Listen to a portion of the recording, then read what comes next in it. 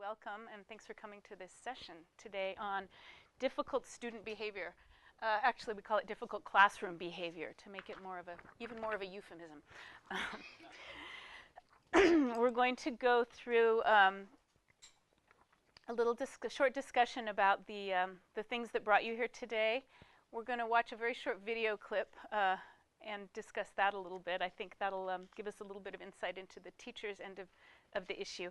And then essentially I have a model of levels of response that we'll go through, and then we'll talk about some case studies and how you might use this tool to help solve some of these issues. I don't want to ever make this seem like it's easy. Dealing with difficult students is never easy. Even when we've done it a whole bunch of times, there's always a new one that just is really tough, right? And even if you know you're right and you know you're responding correctly, it's trying and they're always time consuming. So I don't want to pretend that we have all the answers here, but hopefully we have an approach that seems to be working pretty well as we have shared it around for a couple of years now. So as you came in, I asked you to think about some of the difficult student behaviors and try to collapse those into 3-word phrases. And I'm going to write some of those in this top part of this very light-colored iceberg. And then that underneath part of the iceberg, the part that we can't see, what are some of the causes of student misbehavior in classes? So these are the behaviors, and these are the causes underneath. Anybody? Yes, Steve. Combative know-it-all. Combative know-it-all. Is that a behavior or a cause? We'll call it a behavior, I think. Okay, great. Anybody else? Very distracted. Uh-huh. Very distracted. Okay, what else? Rude. What? Rude. Rude.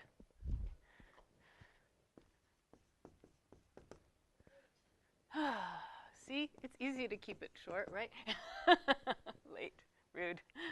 What else? Cell phones. Cell phones. Cell phones. Disruptive, I guess that would go on a lot of those. Disruptive.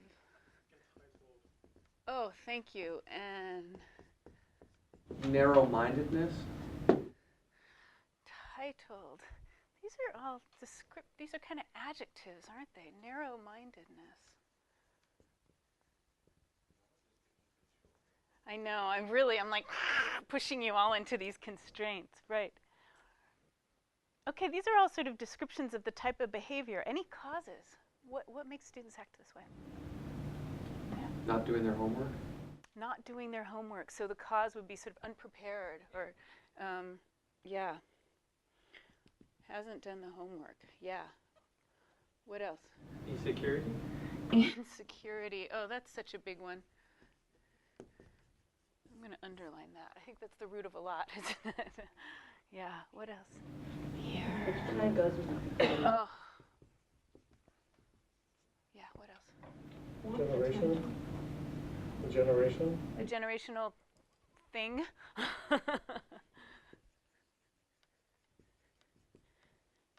Yeah.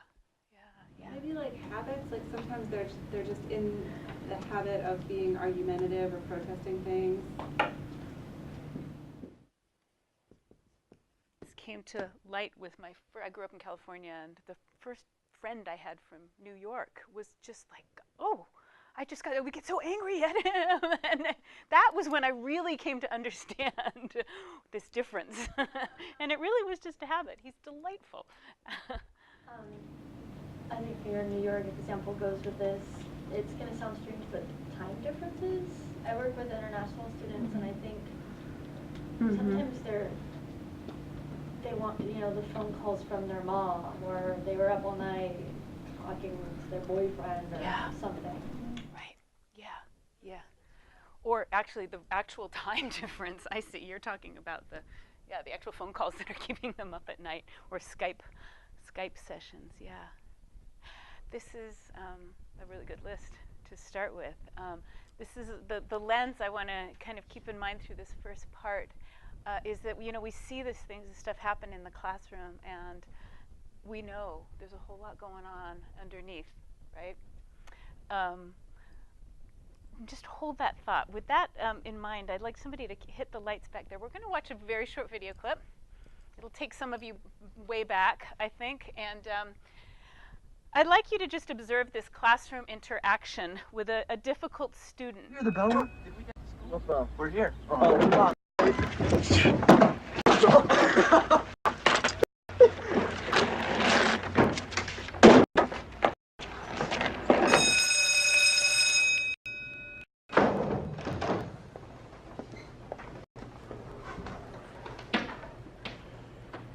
Aloha. My name is Mr. Hand. I have but one question for you. Can you attend my class? It is for your own good, and if you can't make it, I can make you. We have a 20-question quiz every Friday. Your grade is the average of all your quizzes, plus the midterm and final, which counts for 1/3. Got it? Also, there will be no eating. E-A-T-I-N-G. No eating in this class. You get used to doing your own business on your own time. That's one demand I make. Just like you wouldn't want me to come to your house some evening and discuss U.S. history on your time. Understand? Yes, sir.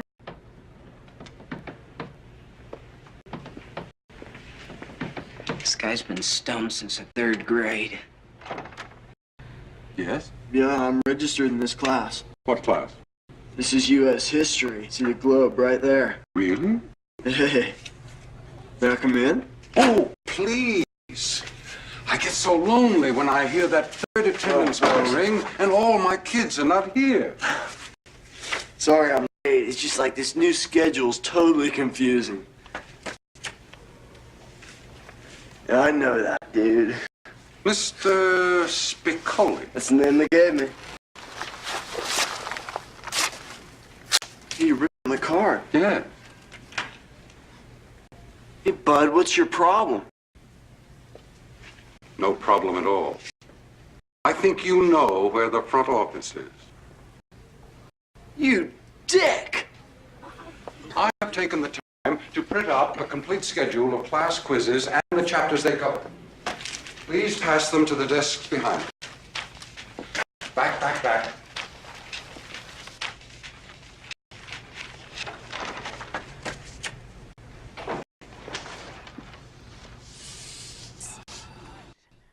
How many have seen that before? Yeah, a few of you. Okay. So we're going to go back to this iceberg here, but this time we're going to use it to talk about the teacher. Mr. What's his name? Mr. Hand. Yes, Mr. Hand. First of all, was this student a problem? Spicoli, is he a problem? He's kind of a problem. Why? He's late? Clearly, yeah. He's what? On drugs. Yeah, uh-huh. Any other ways that he's a problem so far? Pretty disruptive. Okay, yeah, yeah. Now, what did Mr. Hand do? What were his behaviors? What did we see him do? Intimidating students. What did he say? Try to keep it really objective. What was some of the stuff that he said and did? Well, he underlined his name. He underlined his name. Which is kind of confrontational. Okay, Yeah. okay. He underlined his name. Mm-hmm. What did he do with Spicoli? Yeah. He destroyed his property. He destroyed his property. He stepped over a line. He made an example of it. He made an example of him. Is that okay to do? I think it probably depends on the situation and how you're making the example. Yeah. Because I think sometimes it might be okay. But Yeah. He sort of made an example. What were some of the other things, the concrete things that he He did? was really invasive of the student's personal space. Getting really close. Yeah. What else? Anything good that he did? Anything that seemed like kind of an okay behavior? He showed his authority. He showed his authority. Okay. He What telling else? the student that he knew where he had to go and that he was basically leaving. He didn't kind of indirectly told him to go. Yeah, he was very clear, wasn't he? Yeah, he spoke clearly. He gave very clear directions. Yeah. Anything else that you looked at, and when you think about how he responded to Spicoli, anything else that was pretty okay and about what he did? You all are like, no way. Well, explain the grading criteria. Explaining the grading criteria. Thank you. Yes, that was really good, you know. Spicoli called him a dick. He walked away instead of, I don't know what, something. Yeah. He avoided confrontation. He avoided getting angry at the student directly. Yeah. Anything else? Yeah. I'm trying to pull out the sort of really raw behaviors, which when I look at this, I think actually he's doing some stuff really well. He is really clear. You know, when you just look at the behaviors as they're described, he's setting this example of the student immediately, showing what he will and will put up with. But clearly, even from the way you began talking about him early on, we're all like, So what is this like underneath it all? The attitude. What is this attitude that he has about students? How does he feel about the students? What's driving these behaviors? Control. Yeah, teachers have to control students, right? Teachers control. We're in charge. Yeah. What else? Yeah. Hegemony and subordination. Oh, explain hegemony. It's like I'm on top and you guys just follow. Like I'm the leader and everyone else is below me. Yeah. I am in charge. Right. What else? Seems like that it's about his time. My time is more important than yours. Teacher's time is most important. Yeah. What else? He doesn't like them or think they're smart. He's condescending and mean. Yeah. He doesn't like them. I totally get that feeling also. Doesn't like them. He's like really hates them. Yeah. Really despises them. Do you get the feeling he's kind of getting off on this power trip too? Ugh, creepy, right? Most certainly. Poor Mr. Hand. So anyway, this really gets at what the opening to this discussion, I think, is when we talk about these behaviors, we often think when we're talking about a student behavior in the class, we're usually pretty quick to wonder why it's going on and try to analyze that. But equally important is in our responses to the students to just, if you could take one and pass it down, 2, 3, there you go. Equally important is what's below the iceberg, what's below the behaviors for the teacher as well.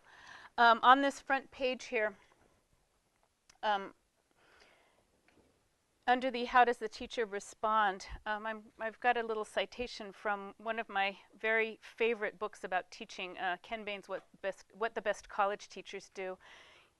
Just in a nutshell, that was a study that was published into a book in 2004 by the same name, and he found 70 of the very best college teachers in the United States. He had a huge team of graduate students working with him and just studied what do they do? What do they do that makes them so great? And he came up with these patterns. He says, it's not often about what they do, it's more about how they feel and what they know and what they bring to the classroom. And some of the things that came up for him are what these really great college teachers do and know are they trust the students. You can see this list right under here. They have a passion for the subject. Does Mr. Hand have passion for the subject? Maybe. We don't know yet. He certainly doesn't trust the students, though, right? He has a belief, so what we want is a belief that students need a sense of control, clearly in complete opposition to Mr. Hand, who believes in cutting them down, right? Also, these really good instructors have a rejection of power over the students. They won't take that on. Like, I am not going to police my students. I'm not going to be the power figure here. I'm going to guide and lead, but I'm not going to exert authority over them. They need to come to the table and participate in their learning. And finally, there's a curiosity about learning. Any curiosity at all from Mr. Hand? No, I don't think so. So this is just to kind of frame our discussion as we go into it. And I want to go back to those difficult student behaviors. You have one more little chart down here about the student behaviors. And as we think about these student behaviors and we go through some case studies, some of these things are the teacher's responsibility and some are not. So when Spicoli comes in late like that, is it the teacher's responsibility to say something, to do something? What do you think? Well, I think the teacher should say you're late. You're late. And I mean, anything more than that, it has to only pertain to the actual class itself. Like if he forgot to give an assignment or anything of that nature, but he's allowed to say he's late, but the attitude and all the extra fluff, I don't think is necessary at all. Okay, yeah, That's not how I would do it. Yeah. To give that signal, you are late. You're late, and that's it. Buddy, you're late. Now let's move on. Yeah. What if Mr. Hand finds out about Spicoli's really pretty destructive drug addiction? Is that his responsibility? I mean, not necessarily, but you could mention it to someone if it was causing a problem in the class, specific to the class, but you wouldn't go further than that because you can't cure. And that's something else that we also just need to remember, you know, we can't cure our students. We might, I think that some of us have that inclination to sort of want to understand what's going on. Can I help you? How can I help you? How can I make this work for you? And at a certain point, we can set our boundaries in the classroom. We can help students get help. Any Resource Center people here? Andrea? Yes. Yay. And help them to get help. It's not our responsibility to cure mental health problems or drug addictions or make sure the student maintains his or her financial aid or any of those other things that were going on under there. We can be understanding, but we still need to uphold the standards of the classroom, right, and protect the learning for everybody. So I am feeling like I'm talking an awful lot here. So really briefly, I'm going to go through this levels of response, and then we're going to jump into some case studies because that's where the really interesting stuff starts happening. So if you turn to page 2 of your handout here, with all of these things in mind, we've created this kind of ladder of responses to difficult student behavior. It starts at the bottom, so at the very, very basic level, best way to prevent difficult behavior is just to communicate some clear expectations from the outset, right? Let them know what you do expect. When an incident comes up, think about what you're going to say before you respond. Level 2 is respond strategically. Again, with compassion to the student, acknowledging the student's experience. Okay, I can see you're having a hard time. I'm sorry to hear about blah, blah, blah that you're saying you bring. However, here's my position. Okay, but the due date's here. The group work is happening. Whatever it is that needs to happen, give some next steps and confirm the student's agreement. So this is just kind of a little roadmap for responding to the student. If this doesn't work, clearly tell them to stop the disruptive behavior. You are late. Don't let it happen again. Right? Later on, he tells him, do not order pizza in class. Take it outside. Finally, if it gets to a point where it's really, really dramatic, remove the student from the situation. And here that means you can actually ask them to leave if they're being extremely disruptive and interfering with the learning of other students in the class. And finally, and we really hope this never happens, but occasionally it does, summon security, call security, and there's a master number here for security. If you really are feeling threatened or you think somebody else is being threatened or you think a student is a danger in any way or needs to be escorted off of the campus. So in a really short nutshell, this is kind of a ladder of responses. Easy, right? On the next couple of pages, we have a lot more in-depth responses to this. But I think what I'd like to do, instead of going through all that text and listening to myself talk a whole lot more, there's a student code of conduct that you can refer to. Let's just jump into a couple of case studies. And I want you to look on the very back page of your handout here. And just quickly scan them and see which one feels like the one you'd like to really address. Number 1 is talkative Irene. She stopped taking her medications, and she's just exploding with creativity, and she just can't stop talking, and she's really kind of disruptive in the classroom. Number 2 is about a particular odor. This is probably what Spicoli smelled like after he fell out of that van. Number 3 is another odor about somebody with body odor. 4 is in a critique, somebody who gets a little stuffy in critiques. And number 5 is an email. Yeah, if you'd like, stand up right now. We're going to have number 5 here. Number 2. Number 4. And I need a number 1 and a number 3. Number 3, back here with Yuka. Great. And number 1? Anybody over here? Great. Kurt, thank you very much. Okay. So I need to make space. But what I wanted to do is I wanted to eat well, rest, and you don't ingest anything that's going to get in the way of your concentration. I did say something the next time, but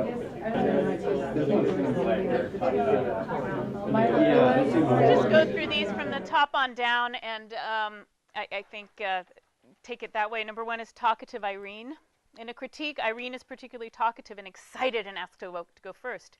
You overhear her saying to other students that she stopped taking her medication and now she can stay up all night and she's just exploding with creativity. The teacher comments that creativity is good, but she hasn't followed the assignment.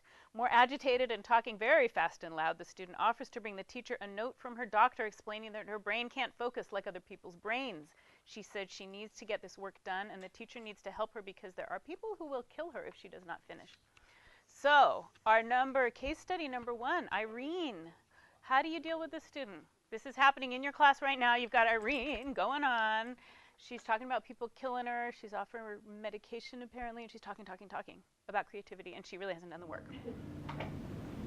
I offered, in our conversation, I offered a couple of thoughts. I like to acknowledge a student's reality, if I can, a piece. But I don't have to completely agree. I can say, wow, that's really intense. Maybe it's something that we need to talk about during the break. Beautiful. And I'd like to point out that Tom is right on target with respond strategically. Acknowledge the student's experience. However, whatever your impression is, yeah, she's going through this. And so, right, listen, right, beautiful, yeah. And then what? We're going to talk at the break, and what? Yes, and so during the break, to hear her out first, I always find that listening first before it doesn't always work, but there are times where you listen first and the other person might be more likely to listen back, or say, well, what do you think about it? You know, that kind of thing. Or so somewhere along the line I said, are you having any help with this? You know, so I could find out if the person has any resources. And then I could also ask, I mean, this happened to me last semester. A student was going through something, and I said, would you like any resources? You know, so the thing is I'm not, for one thing, that's not my position, and number 2, that's not my degree, to offer any kind of counseling or anything like that. But offering it as resources and putting it on the table is a low-key thing, saying that this is a problem, we do want this to be better, I would love for you to feel better, and so what are your resources and would you like some more? So you're looking at the cause. Yeah. Do you have those resources at your fingertips? The resources? Well, what I would do is basically call the desk and then get the number of who's here at Academy that they actually. My understanding so far is that counseling doesn't happen on Academy premises. You guys have the numbers to give a student if they will go for it. Yeah, and so when you say the desk, I think the resource center, yeah? Anybody want to speak about that, Stella, Tiffany? You guys want to talk about, I guess you're all classroom services, aren't you? Yeah. So, yeah, you would get hooked up with classroom services, possibly make a referral saying that the student did disclose that they have a doctor's note, therefore a disability, that they're on medication, and that you are concerned. And then we would reach out to the student. It's, you know, up to them if they want to talk to us or come in for an appointment. But then we would go through that with them and see, you know, what their doctor's note says. If it clearly states you should always be on your medication, you know, we could have that delicate conversation with them. If they want to see another doctor, we could refer them to a doctor. And then, of course, if they need additional support within the classroom, we could do that. But, yeah, just would give a referral, and then we would do all the other stuff. These guys are amazing at that. So again, that's where one of those underlying causes, yeah, you want help? The Resource Center Classroom Services is really great at helping with that. Meanwhile, the student hasn't done her assignment. What do we do about that? Irene is still jabbering away, and she's still talking, and she's still like, okay, I'll go see those guys tomorrow. What about that assignment? You gonna let her out of it? No. No, okay. How would you state your position on this?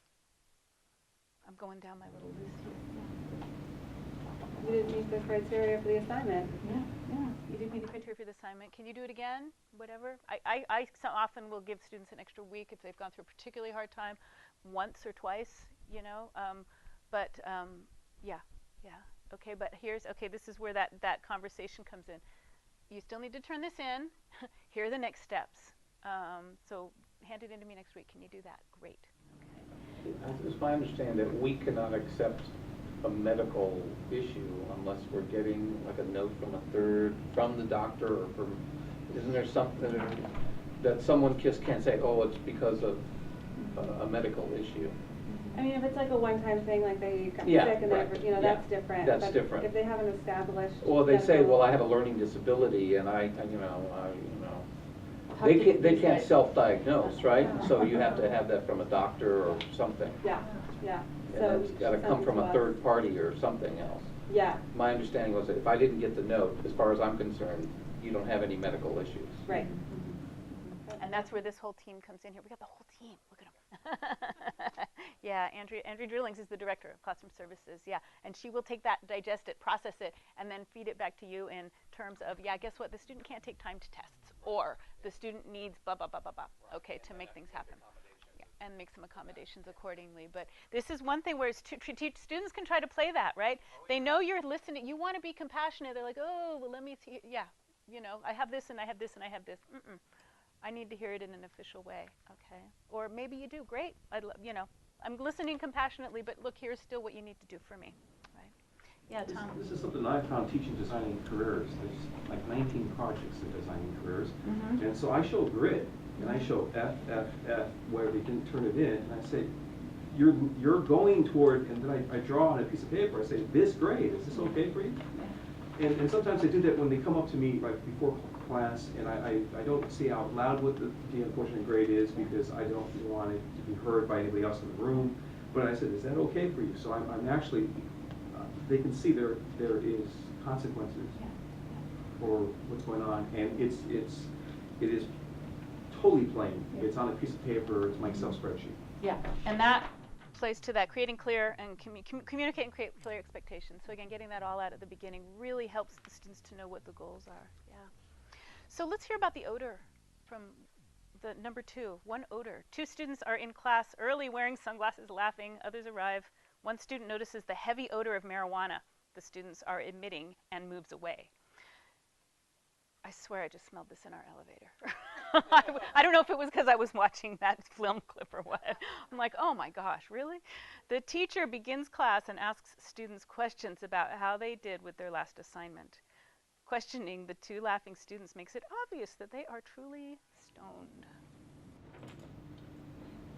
Well, I think that because it's obvious that they're stoned, and I think that from this description, the students probably didn't do their assignment. It would be best to address what students are expected to do to perform well in my class. So I would immediately talk about the kinds of behaviors that are necessary for the student to achieve a good grade. And then I would maybe even go further and say, in the real world, which is where you're aspiring to go, you would be fired for any behavior that's less than perfect, actually. Because there's no excuse, especially in the business that I'm in, which is music production business. It's not what people think, you know, people staying in studios and, you know, acting whack and crazy. Maybe there's a percentage of that, but most of it is meeting a deadline, working very hard, very long hours, and you're not going to do something that's going to inhibit your ability to fulfill the task at hand. So Alexander, I'm going to interrupt you for a second. Are you having this conversation in front of the whole class with these two students here? I would tell the students, no, the whole class, and then I would probably wait for, you know, the time in the class where I would give an assignment for the class, and it's okay, now everyone, let's do this assignment that's in the module, and then I would ask those two students to come aside, and I would tell them, is everything all right, or I'd ask them if everything's okay. Obviously, I would probably figure that something would be wrong, and I would either refer them to security, or I would kick them out of the class and have them maybe speak to the faculty administrator or something of that nature, because it's obvious that they're disruptive and they're stopping the rest of the class from receiving the information that they're paying to receive, actually. Yeah, yeah. So you'd remove them pretty early on. Yeah, yeah, yeah. I think this is a really good mood, actually. Is it legal to be stoned on campus at the Academy of Art? No. And if you read the extensive code of conduct, oh gosh darn it, it's on here somewhere. There's a lot of stuff on here, but it is explicitly,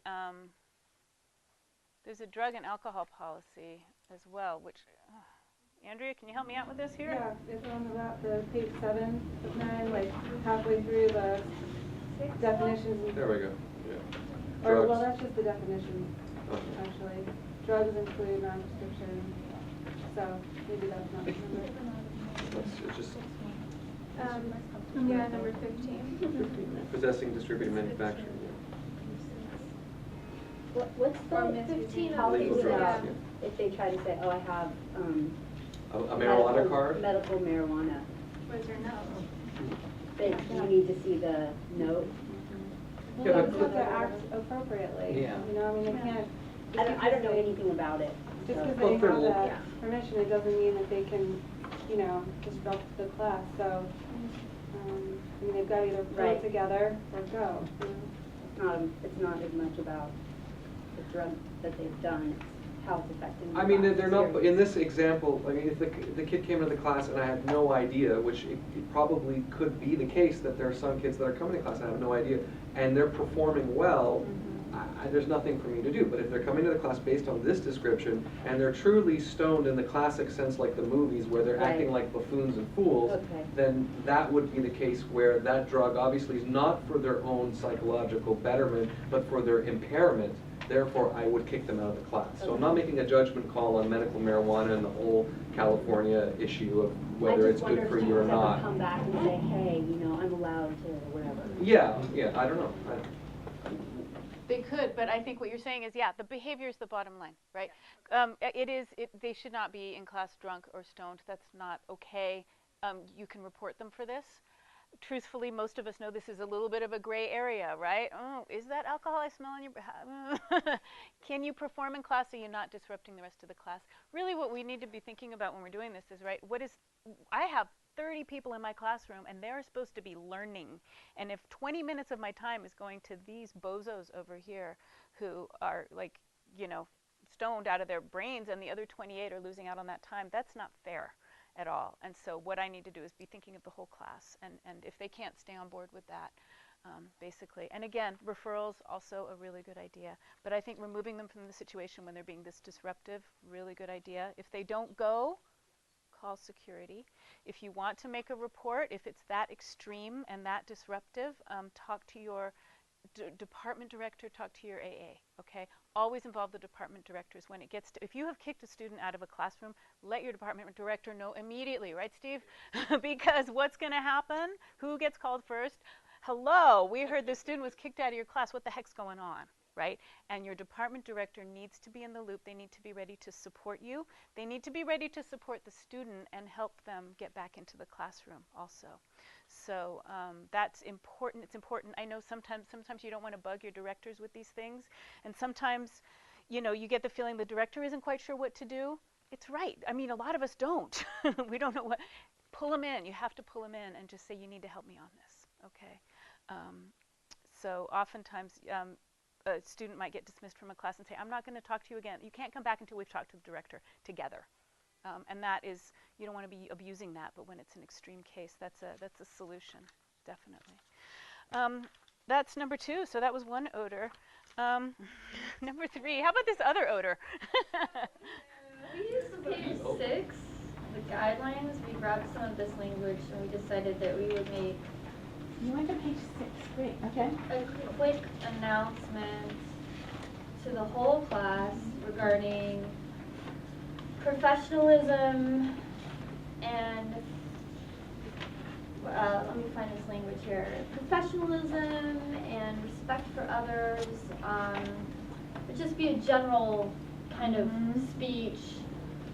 You know, we do a lot of group work in class, and it's very important that everybody's looking and smelling professional. That shows respect for the future career that you're going to have, for the people around you, and makes group work in such a small classroom comfortable.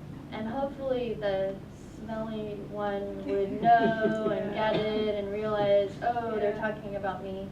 But if not, then I guess we'd have to have the one-on-one conversation of, you know, what's going on. We imagine that maybe he's on the soccer team and he doesn't have time. So how do we solve this? Carry some deodorant. But maybe it's medical, whatever. We just have to figure it out. But hopefully... This is such a hard one. This is one of the hardest ones on here. Yeah. I dealt with this summer. Oh, thank you. Do you have a good answer? I dealt with this in the way that you said. I gave it as a group presentation under the pretense of when you go for an interview in American culture, because I've been to your office and got the whole guidelines as to what to do, sat down with the students, all of them was like, at an interview you're meant to do this, gave examples why people didn't have interviews. It didn't change anything though. Yeah.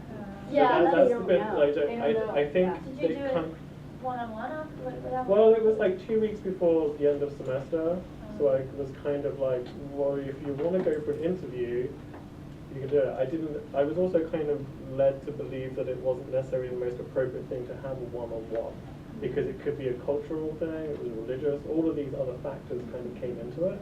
Yeah, I have no idea. What did you think? You know, this is, I don't even know why I leave this in here because it's such a difficult one. But you know, we have had people who have had those one-on-one discussions. I think the general feeling is when you do that big class announcement, who hears it? The ones who are really just showered and they're perfectly fine, right? And the one who doesn't, it's the irony, right? They often don't know. People with this issue might not know it. I think that one-on-one is it's a question of rapport. How's your rapport with the student? You can also maybe pull the resource center in. They might have been called on this student before if it really is an ongoing issue, and have that conversation also. Yeah. This is a tough one for me too, so I'm just asking, I don't know, but what if you said, like if you had a one-on-one conversation and you made it about the impact that they have on the people around them? Like, so it doesn't, you're not sitting them down to say, like starting off saying you smell, but you're saying, I want you to know that this is how the people around you, I'm getting the sense that this is how they feel when they're around you, and have you noticed that they're keeping their distance? And I don't know, I'm asking, I'm not sure, but. Maybe you could pose questions, you know, have you noticed that you're not as involved in group work as others? What is this about? Why do you think this is happening? You could, again, you know, if they're really clueless, they're not going to get there, right? But, you know, I think. This isn't teaching, but we had in our group of us, we had a close friend, and it was just to the point where we couldn't do it anymore. We couldn't, like, in whatever performance we were about to do or whatever it was, I could not have him changing with us in the same small room. And we finally just, like, we elected one person in the group that we thought was kind of the closest to him, and then he just had to sit down with the other person and basically have that talk and say, you know, what's going on. And then we found out that he was just really struggling financially and didn't have the money for laundry, and then that was like part of the issue. And the person the smelly person was like mad at the other person for a while, for like a few weeks, but then it kind of like went away and it settled down, and it was sort of like, I almost feel like it's better to have like maybe the student mad at me as a teacher for a little bit, than mad at another student or something like that, and kind of, if you just have to say it, you just have to say it. See, I think I'd be mad if somebody didn't tell me I smelled. I mean, but... I actually have a colleague who I'll be talking with her. She's like, "Oh, Natasha, your breath is terrible." I'm like, "Oh, sorry." But it's so quick and matter of fact. As well, did not know that he smelled as bad as he did, and then he was like really embarrassed. And yeah, you can put that in the conversation. Like, please don't take offense. I'm trying to make your life more comfortable. Out of my respect and love for you, you have. I would really vote for direct as much as possible, as opposed to the like, I'm going to fish, or I'm going to, you know, I think direct, if you could frame it in maybe professionalism, you know, I have to address this in terms of professionalism. I noticed that there's some body odor, you know, and you probably want to take care of that at some point. But the more we get uncomfortable, this came up in the gender issues session this morning, the more uncomfortable we are talking about these things, the more the student's going to feel like, oh, God, it is really a big deal, right? Yeah, I'm really sensitive. I was, or if this was happening to me, I would want someone to tell me. So I'm going to take you aside, and just because, you know, and then sort of maybe start it off that way, like so that they don't feel defensive maybe. But yeah, I think with that, it's like you just have to prepare yourself for that person to be maybe mad at you for a little bit, because they're going to be embarrassed. They're going to be a little embarrassed. You just you know what? It's okay if the person's mad at you. And this is a really funny one. It's not really a behavior, but it's a disruptive thing. And it's come up so much. So I just thought I'd stick it in there. Should I backtrack into this and tell this girl who's got one more semester here before she leaves that she has a body odor issue? I don't. I was her teacher over the summer. I don't. She has one more semester. Do you have a good rapport with her? Do you feel like you We got on okay. I mean, I taught her for the best part. But is it something you can... And now I don't teach you, or is it even something I should even address? I think you might approach it the way you said, you know. I would want as a to professional, and I know you're very talented, but would hate this to get in the way of you getting a job. Just as a sideline, you know. Okay. I'm going to do the hard thing that no one else wants to do and tell you. I would want someone to tell me. I think that framing it that way is really nice. Anyway, these are more like social issues, right? One detail in here, though, about gender, though, is that it might be better if there was someone from classroom services who was also female in this conversation. I think that might, because you just said that this is, for one thing, this is someone who is female and who is also not your student anymore. And so it seems like you're taking too much interest. What I'm saying is that I've worked for other colleges, and sometimes you do the best thing you can. You try to be nice to somebody, and I've heard about other colleagues getting an enemy from a student.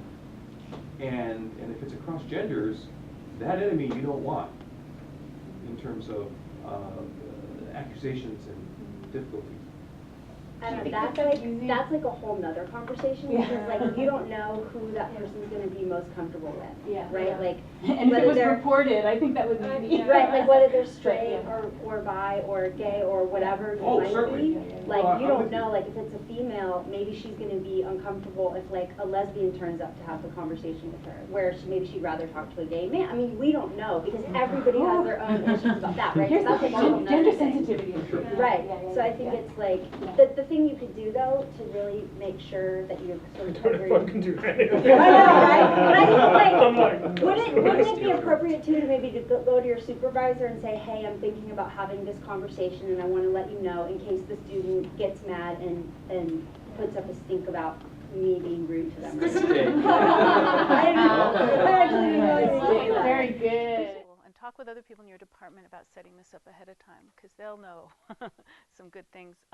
And again, in that response, as you're having that conversation, this little guideline did not come from me. It came from Jenny Michael and Rachel Levin. You know, that whole pattern of understanding where's the student coming from. Okay, now here's what needs to happen now. Is a really nice pattern. Just before you all go, there are some really kind of nice examples of what this looks like, especially for an online class. It's at a link. If you look at, okay, this is level number 2. If you look over here on page 4, level 2, there is a, the very last bullet point says online guidelines for responding to challenging students. And you can see some actual sample emails from teachers who have responded to difficult students in this way. And it's really, for me, it's really helpful to see it all sort of written out and scripted. When I'm thinking about responding to things like this, I just love having like a chunk of language I can take. I'm like, oh yeah, I can use that one. That can come out of my mouth naturally. So there's some really excellent examples there. We haven't gotten into anything super extreme, and I really think our time's up, and I don't want to keep you any longer. But I do want to just remind you that when something comes up in class that is a code of conduct issue, and most of these are really about interfering with learning. There's a lot about defacing property and stuff like that, abusing other people, obscene, lewd, indecent behavior, cheating or plagiarism, defacement, vandalism. There's just a lot of stuff on here. You might just scan through it. When something comes up from here, it really is your responsibility to go to your director and make sure that it gets reported if it's really, really clear. Because what's going to happen is if that student is really getting away with this and the teachers are all standing back going, oh, but you know, I don't want to make waves, I don't want to make waves. At a certain point, somebody's going to be landed with that student, and the students are uncomfortable. The other students are uncomfortable, right? And at a certain point, somebody's going to have to deal with him. And if he has, the sooner he can get help and really clear boundaries on what is acceptable and what's not acceptable, the more likely he is to be able to finish his studies here and learn, and also have everybody else around him learning as well. So again, I just want to really stress that code of conduct, talking to your director, and the grievance level is the next level up. If your student is really, really abusive, if you really want the student kicked out of a class or kicked out of school, that's a decision you need to make with your director. And you then need to bring in your notes and your paperwork and talk to the school about that. These are extreme cases, but they do happen.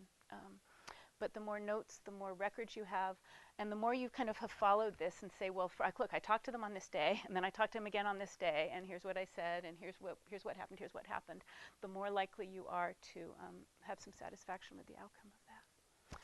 Thank you so much. I feel like we need another half hour here at least. But thank you all for being here and your careful contributions.